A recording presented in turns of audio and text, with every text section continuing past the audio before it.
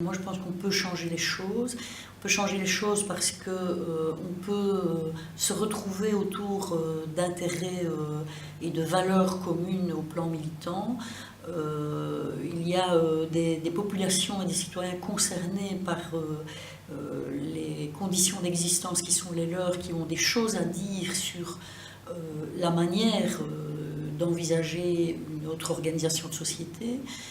Les rassembler et croiser ces citoyens avec des associations, faire des alliances avec des intermédiaires sociétaux que peuvent être les syndicats, que peuvent être les mutuelles, que peuvent être d'autres réseaux, etc., peut donner de la force à une dynamique. Et quand on voit ce qui s'est passé au niveau du CETA, qui était une négociation larvée, silencieuse, en dehors du regard de tous, et comment ce sont les dynamiques associatives, et puis la création d'alliances qui a fait sortir du silence, puis qui a convaincu, puis qui a rassemblé, puis qui a pris la rue, puis qui est arrivé à sensibiliser du politique en suffisance. Certains étaient acquis au fait d'être sensibilisés, mais qui est arrivé à faire que du débat s'installe dans un parlement, et que ce débat a produit de la discussion, et puis a mis un caillou dans les chaussures pour pouvoir négocier.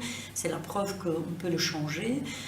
Je pense qu'il faut arriver à faire des alliances atypiques, mettre ensemble des gens qui d'habitude ne se rencontreraient pas et qui découvrent qu'en fait ils ont des éléments cohérents, communs, suffisants pour vouloir qu'une société soit plus égalitaire, plus juste, plus solidaire, et donc arriver à agir sur des leviers.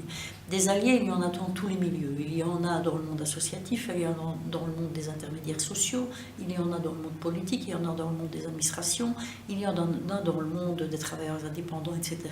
Le tout, c'est d'arriver à créer les espaces-temps de rencontre qui créent cette synergie et cette force commune. Je pense qu'on doit éviter de tomber dans une sinistrose polluante qui est à l'actif aujourd'hui, d'avoir l'impression qu'il y a un rouleau compresseur qui fait que c'est le pot de terre contre le pot de fer.